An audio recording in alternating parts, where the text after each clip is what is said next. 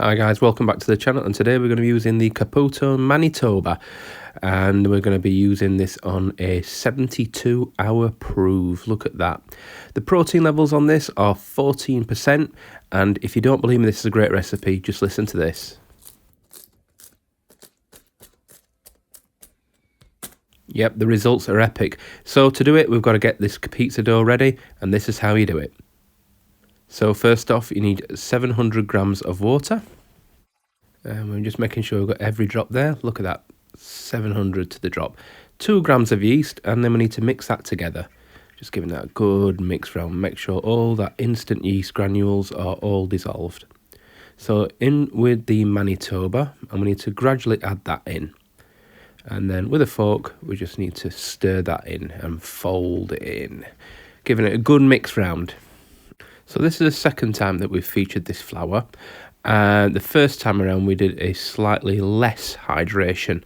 So a couple of comments that we've had previously and feedback is, can we use a higher hydration? So we're doing 70% today. So please consider subscribing to the channel, and thanks to those who have taken the time to subscribe.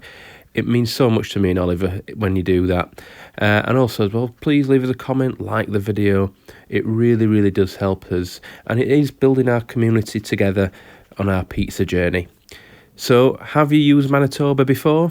And again, please let us know in the comments, what did you think to it? So just adding a little bit more flour in now, and you'll notice that the actual dough is starting to really form now. So we're going more from a water consistency right up there to more of that dough, and it's starting to look really much like a dough now. So using the fork, just knocking those lumps out, and it does help with the kneading and development of the gluten. So yep, a bit more flour in and giving that a really good stir around. So I really enjoyed using this flour. We bought 2 bags of it, and in the links in the description you can see how we got on the first time around with this stuff. So yep, just clean the fork off and pour a little bit onto the work surface, and that just adds a bit of a bed and stops the dough sticking when we tip it out of the bowl. So pour that out and just save a little bit for the end, and then we'll scrape out the bowl with the last of the flour. So that's all the flour now.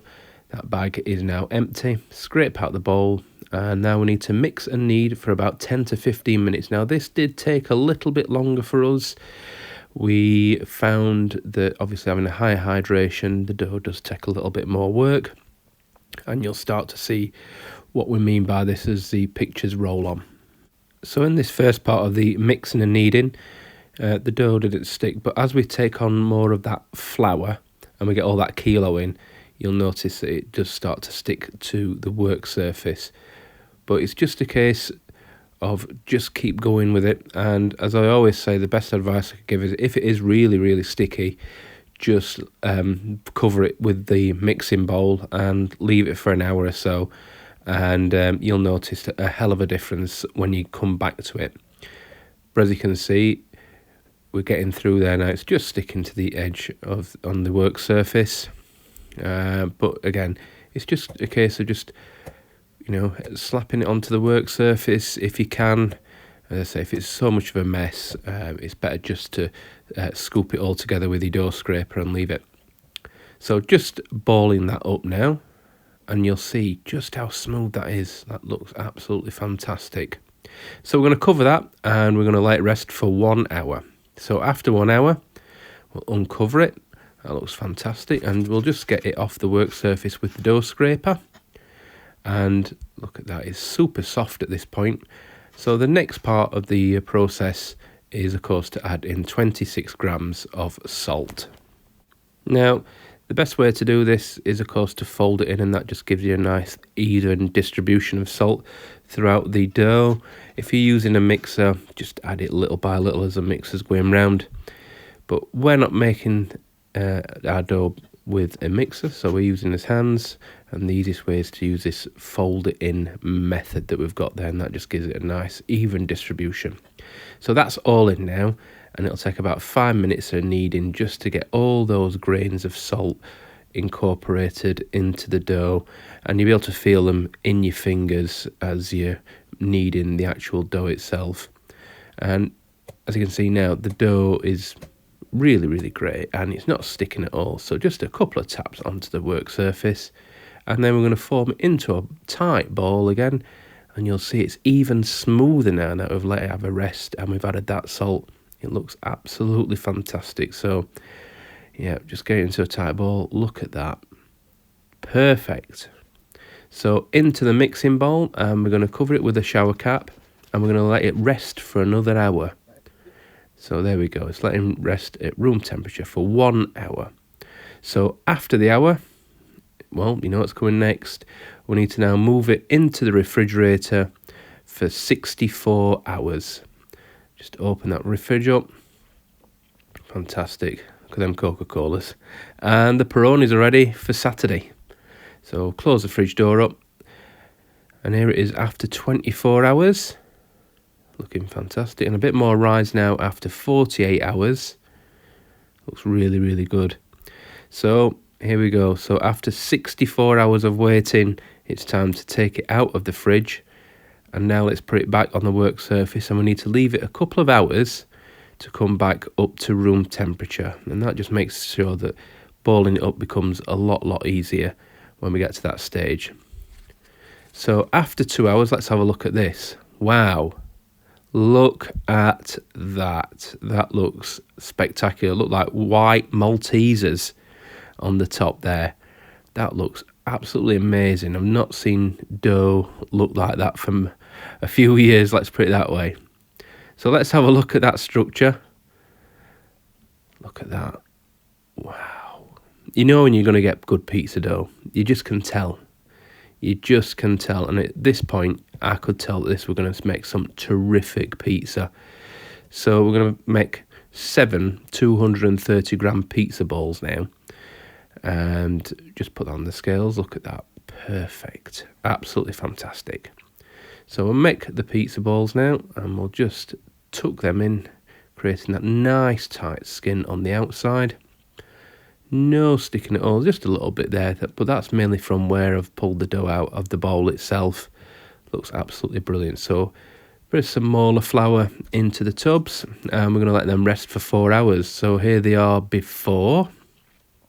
Looking fantastic. And here they are after 4 hours. Pizza time, of course, is coming right up. Okay, pizza time. So we're going to use some Semolina flour, put that onto the work surface, and then put a little bit of that onto the pizza dough ball.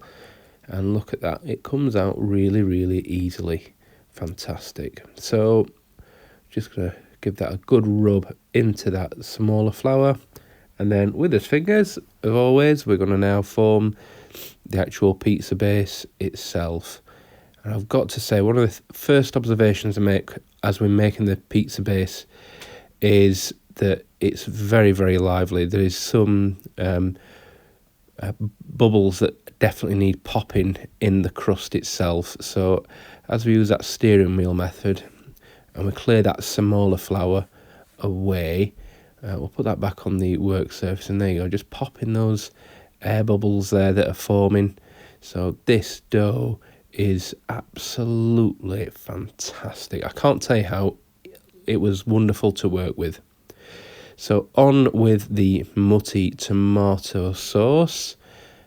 Really nice. It's my favourite, I have to say. I couldn't fault it at all. It's absolutely beautiful, and it's so consistent all the time.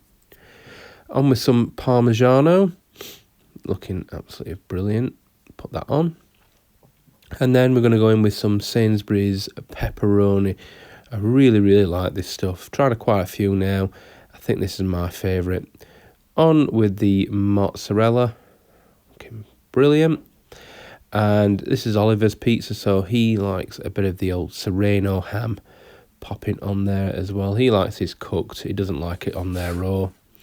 So on it goes, and into the pizza oven. Looks absolutely brilliant. And I've got to say, the last time I cooked pizza, it was so windy, it took ages to cook a pizza, and this seems to be done in double quick time. So you can just see that back edge just starting to rise up, and in a second. Of course, as always, we'll start to warm the turning peel up and get him ready to turn that pizza. Look at that, absolutely fantastic. And it smells so good too. So underneath with the turning peel, and we'll give that a 180 turn, and look at that. Fantastic. That is making my mouth water, and I had this the other day, of course, and you've not had the pleasure of tasting the pizza that I produced, but I can tell you it was absolutely fantastic.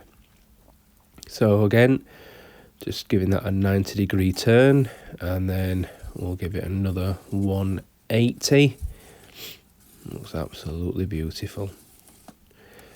So just keep turning that pizza around. Look at that leopardining.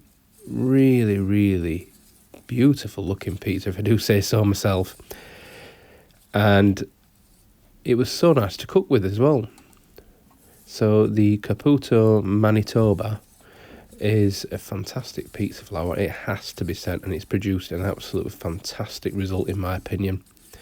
And it certainly will be something that we'll be using again in our household. So onto the peel. Look at that. Let's get that onto the chopping board. Just have a listen.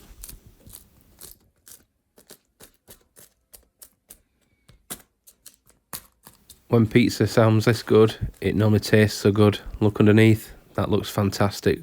Well happy with this. It was a brilliant one. So please like the video if you enjoyed it. And we'll just open it up and have a look at the crust. It tasted brilliant, by the way, this pizza. It was one of the best I've produced for a long, long time.